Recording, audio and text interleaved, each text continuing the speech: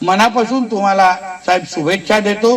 तुम्ही अशाच तुमच्या राजकीय कारकीर्द, तुम्ही आज जिल्हा परिषद सदस्य आहात, याच्या अगोदर अध्यक्षही राहिलेले आहात आणि आता काय 16 आणि 17 आपले जेव्हा 16, 17, 18 संसदेमध्ये मतदारसंघ पुनर्रचना आणि महिला आरक्षणासंदर्भात काही 3 दिवसाचं सेशन आहे आणि आपल्या महाराष्ट्रामध्ये विधानसभेचे पण मतदारसंघ वाढणार आहेत आणि लोकसभेचे पण वाढणार आहेत आणि म्हणून गोटा सावंत साहेबांना तुम्ही जिल्हा परिषद पुरते सीमित ठेवू नका, एवढं आवर्जून तुम्हाला या निमित्ताने मी सांगेन।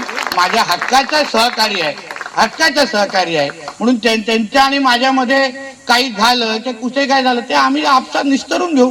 तिसऱ्याला चिंता करायची कधी गरज नाही आणि आम्ही कधी चिंता करायला देत पण नाही। आता याच्यामध्ये आमचा समीर नाही म्हणून, नंतर आमच्या तिघांचं त्रिकोण आहे आणि हे बाहेरच्या लोकांना जास्त माहित नाही म्हणून आमच्या सावंत साहेबांना मनापासून मी शुभेच्छा देतो। साहेब तुम्ही अशाच प्रामाणिक पद्धतीने आतापर्यंत ज्या पद्धतीने तुम्ही ह्या लोकांची सेवा करत आलात त्याच पद्धतीने तुम्ही भविष्यामध्ये कराल असा विश्वास मी तुमच्या एक तरुण सहकारी म्हणून मी या निमित्ताने व्यक्त करतो।